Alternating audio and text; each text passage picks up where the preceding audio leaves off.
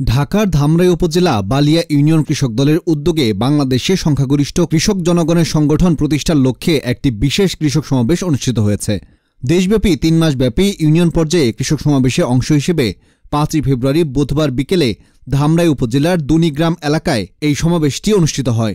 Balia union কৃষক দলের সভাপতি নাসির উদ্দিন এর সভাপতিত্বে এবং ধামরাই উপজেলা বিএনপির সহ আইন বিষয়ক সম্পাদক নাসির উদ্দিন ফারাইজির সঞ্চালনায় এই সমাবেশে উপস্থিত ছিলেন ধামরাই উপজেলা বিএনপির সাধারণ সম্পাদক শামসুল ইসলাম, সিনিয়র সহসভাপতি রকিবুর রহমান খান ফরহাদ, বালিয়া ইউনিয়ন সাবেক চেয়ারম্যান আব্দুল মান্নান মধু, উপজেলা বিএনপির সহসভাপতি শহীদুল ইসলাম মাস্টার, উপজেলা কৃষক দলের সভাপতি নজরুল ইসলাম, স্বেচ্ছাসেবক দল সহ সাংগঠনিক সম্পাদক রবিউল আওয়াল, কৃষক দল যুগ্ম সাধারণ সম্পাদক কাজিমউদ্দিন, যুবদল নেতা লুৎফর রহমান, মহিলা সম্পাদিকা রাজিয়া সুলতানা, যুবদল নেতা ফারুক হোসেন, গাঙ্গুটিয়া ইউনিয়ন বিএনপি সাংগঠনিক সম্পাদক মফিকুর রহমান, মফিকুল ইসলাম, মনিরুল ইসলাম বাবু মেম্বার, যাদবপুর ইউনিয়ন কৃষক দল সভাপতি শাকিল, ছাত্রদলের সাবেক সহসাংগঠনিক সম্পাদক আলী ইমাম সহ বিএনপি এবং সহযোগী সংগঠনের নেতাকর্মীরা।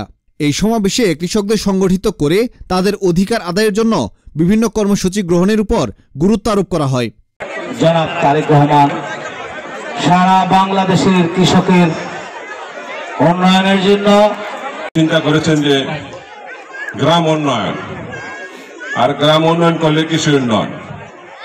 তিনি তাহলে দেখা যাবে যে এক ফসলা যে জমিগুলায় এইগুলায় 2 ফসল 10,000 টাকা মওকুফ করার জন্য এই সুপারিশ তারেক রহমানের কাছে কৃষি তারপরে একটি কথা বলি, কৃষক যদি বাঁচে তবে দেশ বাঁচবে, কৃষক যদি না বাঁচে তাহলে দেশ বাঁচবে। সভাপতি বালিয়া ইউনিয়ন বিএনপি এই সমাবেশের আজকের মতো সমাপ্তি ঘোষণা করা হলো।